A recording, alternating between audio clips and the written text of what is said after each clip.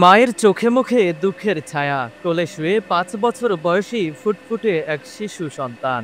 শুরুতে হয়তো দেখে বোঝার উপায় নেই এ সন্তানই ১.৫ বছর ধরে মরণব্যাধি ব্লাড ক্যান্সারে আক্রান্ত, যাকে নিয়ে মানবেতর জীবনযাপন করছে পরিবারটি। তাই তো এগিয়ে আসার অনুরোধ জানিয়েছেন সমাজের বিত্তবানদের প্রতি।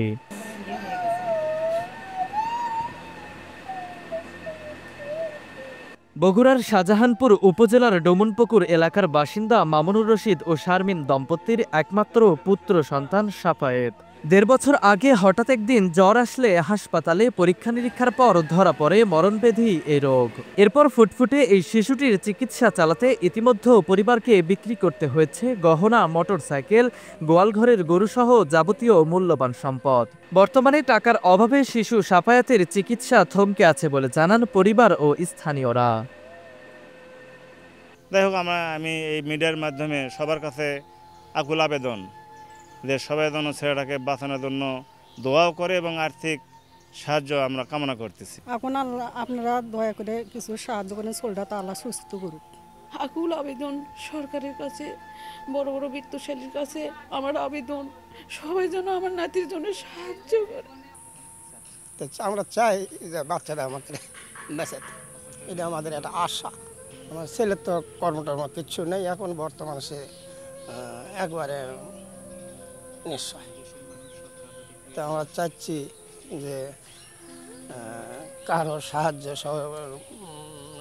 দ্বারা দিলে আমার বাচ্চাটা আল্লাহ আমাকে কাছে ঘুরে দেয়, বহুত খুশি হবো আর।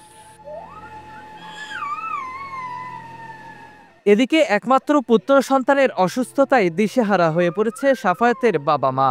অসুস্থ সন্তানকে চিকিৎসা করতে গিয়ে এক হাসপাতাল থেকে অপর হাসপাতালে ছুটতে গিয়ে চাকরিও হারিয়েছেন শিশুটির বাবা। তাই তো সন্তান কোলে নিয়েই জানালেন সেসব দুঃখের কথা। সব মোটামুটি বিক্রি করে আমি এখন সর্বহারা, এখন আর কিছু নাই, সেজন্য চিকিৎসা চালাতে পারছি না। আমি আপনাদের কাছে আকুল আবেদন চাচ্ছি যে যাতে আপনাদের অনেকে টাকা পয়সা আছে, আমার মতন একটা অসহায় বাচ্চাকে বাবাকে সাহায্য করেন, যাতে আপনাদের সাহায্যের মাধ্যমে আমি আমার আল্লাহর রহমতে বাচ্চাটাকে ফেরত পাই।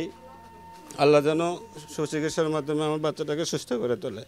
আজ আমার বাচ্চা অসুস্থ বেশি হয়ে গেছে, যেখানে ডাক্তার বলছে যে সাধারণ বাচ্চার 1 দিন আর এই বাচ্চার 3 দিন এরকম সময় হয় যদি চিকিৎসা না করা হয়। আমি সেই বাচ্চা নিয়ে আমি কি রকম করে থাকবো? ছোট্ট শিশু সাফায়াত আবারও সুস্থ হয়ে অন্য শিশুদের মতো স্বাভাবিকভাবে খেলাধুলা করবে, এমনটাই প্রত্যাশা স্বজনদের। সামিউল আলিম, পুঞ্জ নিউজ, বগুড়া।